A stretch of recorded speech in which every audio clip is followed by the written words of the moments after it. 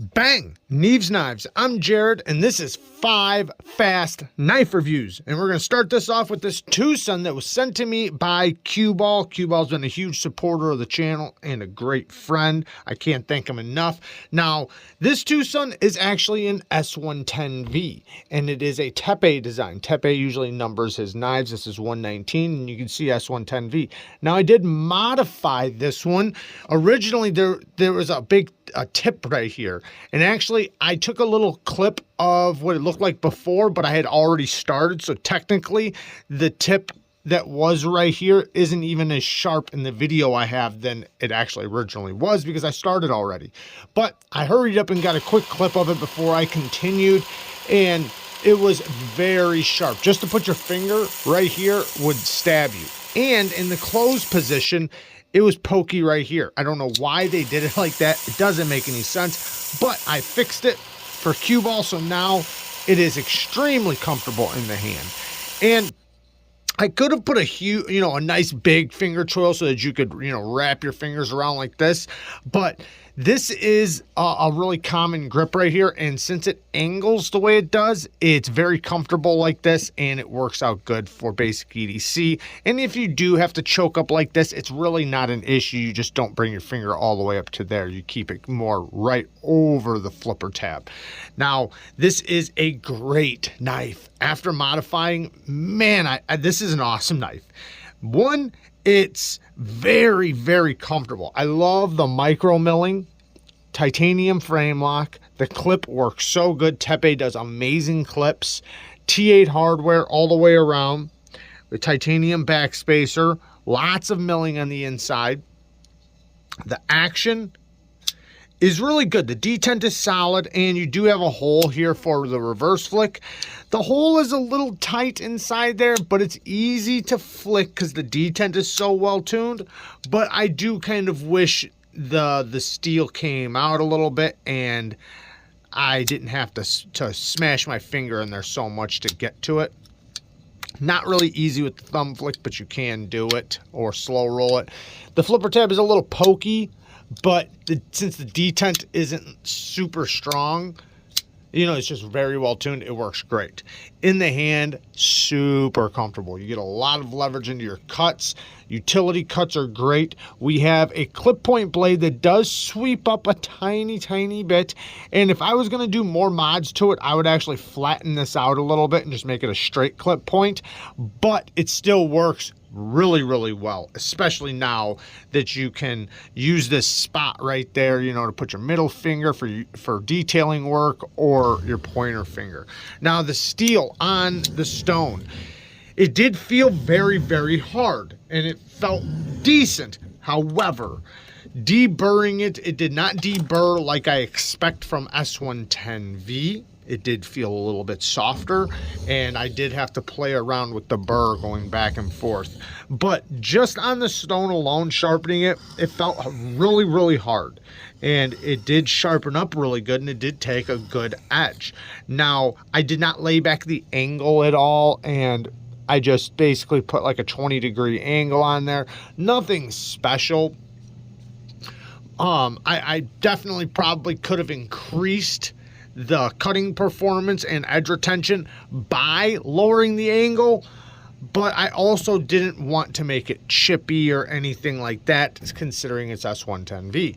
So, I do think it's probably a little bit softer, or possibly, probably the HRC is probably a little bit lower than its potential, but it's still okay, and I guarantee it's still going to get really good edge retention, just probably not as good as some companies.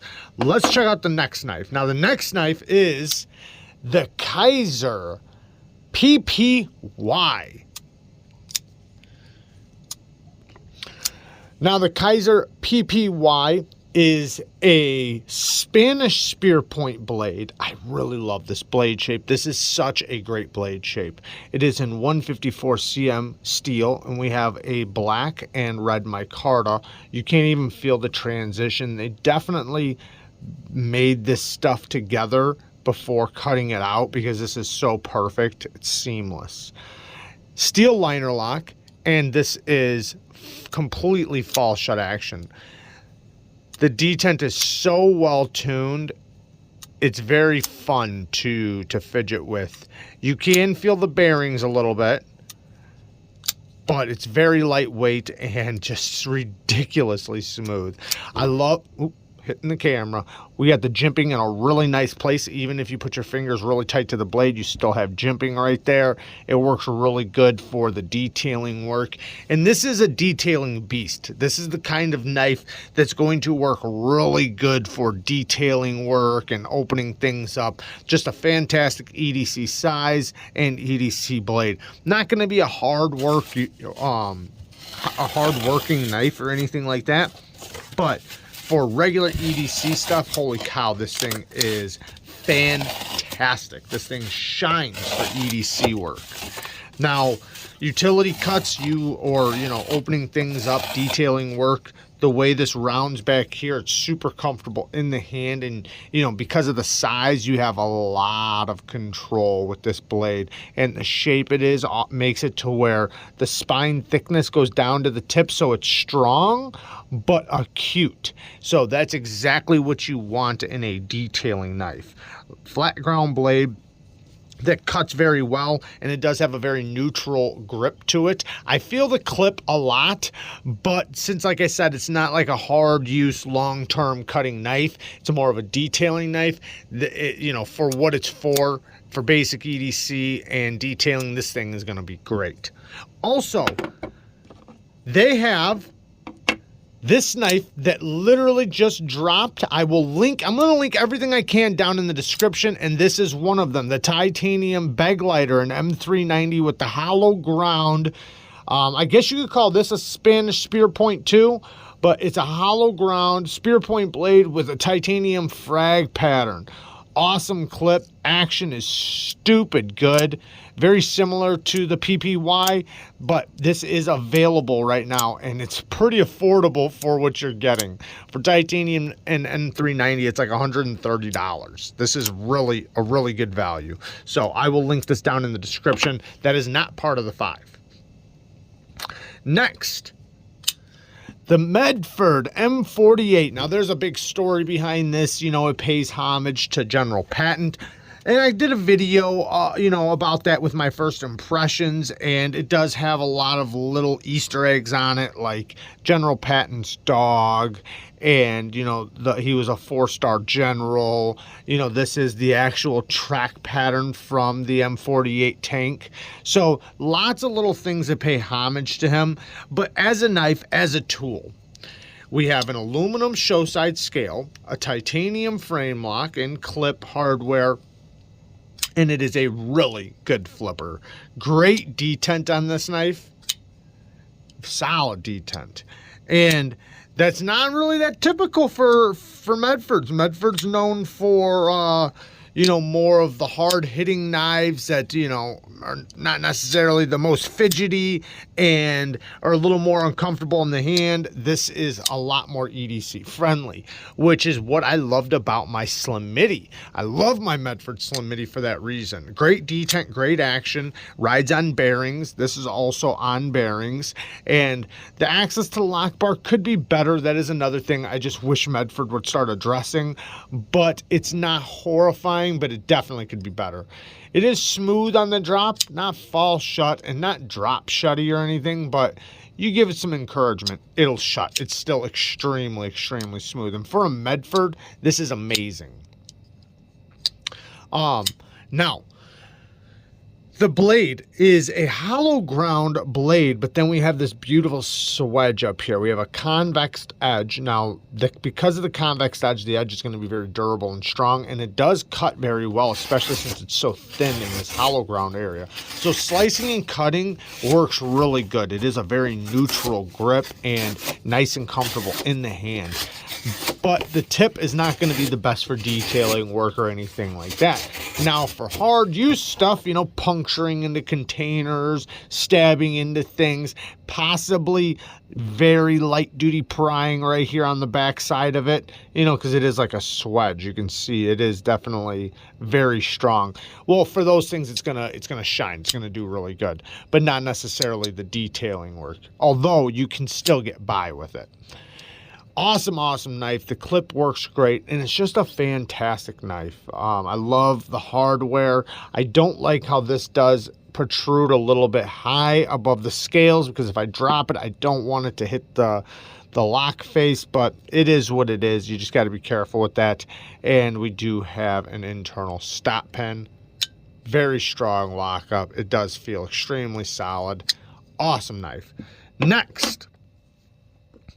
Next is a KUBEY that I would have never thought I would like this. I would never have thought, because it's really good. And it kind of reminds me of the next knife we're going to pull up just a little tiny bit, except for it's nothing alike.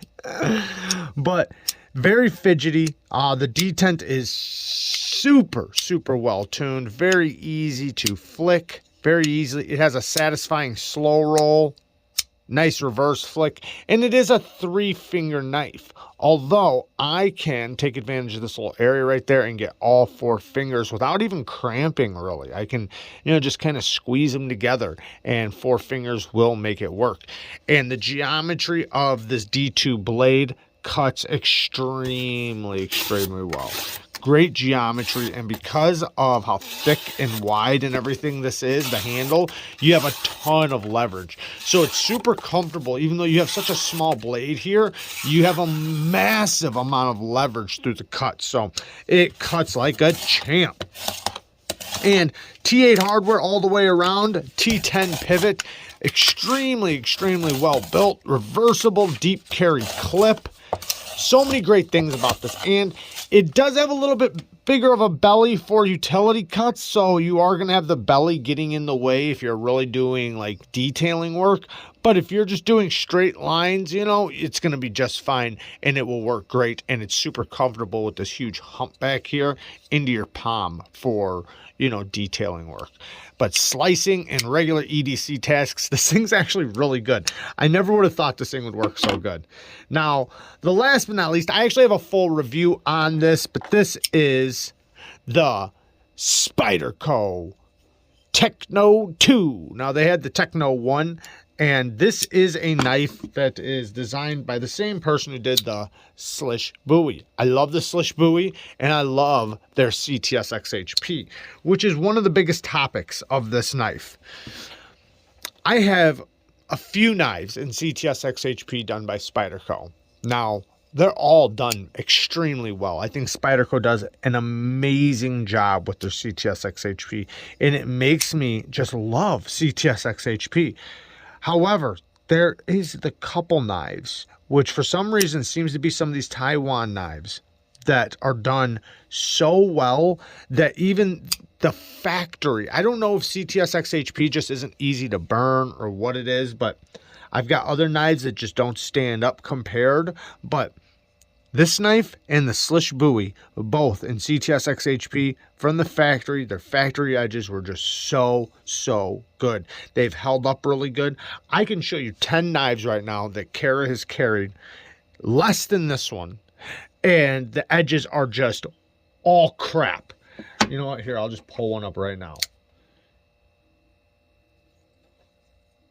If we look at this edge right here, this thing's got chips and all kinds of stuff. And she's used this one quite a bit more. It's just the way they did their angle, the steel, the heat treat, it's just, man, it just holds up so good. And this is not a comfortable knife in the hand. When you hold it like this, it's like holding a cactus. This clip is so uncomfortable, but you can make it work. It's just uncomfortable, but you can definitely do the cutting. But the most of the grips are going to be done like this with this knife. Just doing regular cutting. Nothing massive, right?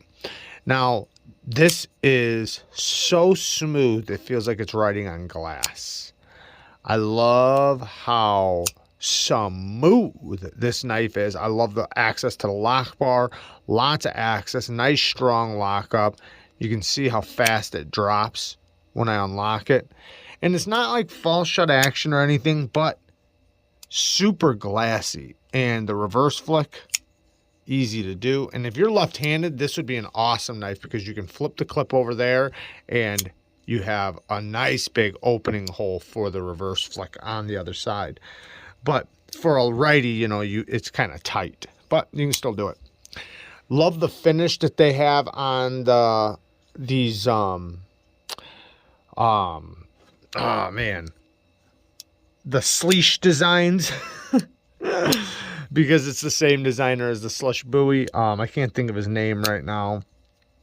But either way, titanium frame lock, awesome knife. It is a little chunker, but I like it. I think it's an awesome, very, very well-built knife. No milling on the inside. The clip works it's very easy to put in and out of the pocket. Wire clips just happen to work extremely well. It does have some shake back and forth, so you can see it marking up the titanium, but the titanium already has kind of a stone washed finish. And you know, this mirror stone wash that's on the blade looks really, really good. And you know, it's just a very, very well done knife that you know and you feel that will last you a very long time. You know, after holding enough knives, I can tell certain knives that will just last an extremely long time. Kind of like this Slush Buoy, you know, same thing. These are done in a very similar fashion. The holes are put in the same place. Now this you can get very easily, this you can't. So I will link this down below. They're not cheap, but they're very, very well done, long lasting knives. No lock bar insert or anything. They are just raw, or not raw, but they're titanium, but I'm pretty sure it's heat treated because I've never once felt any stick. And the only kind of stick you feel is just like that secured lockup type of stick where it's not actually sticky. It just actually kind of just nestles nice and tight under the blade. But there you guys go. This one's a little bit of a longer 5 fast knife review.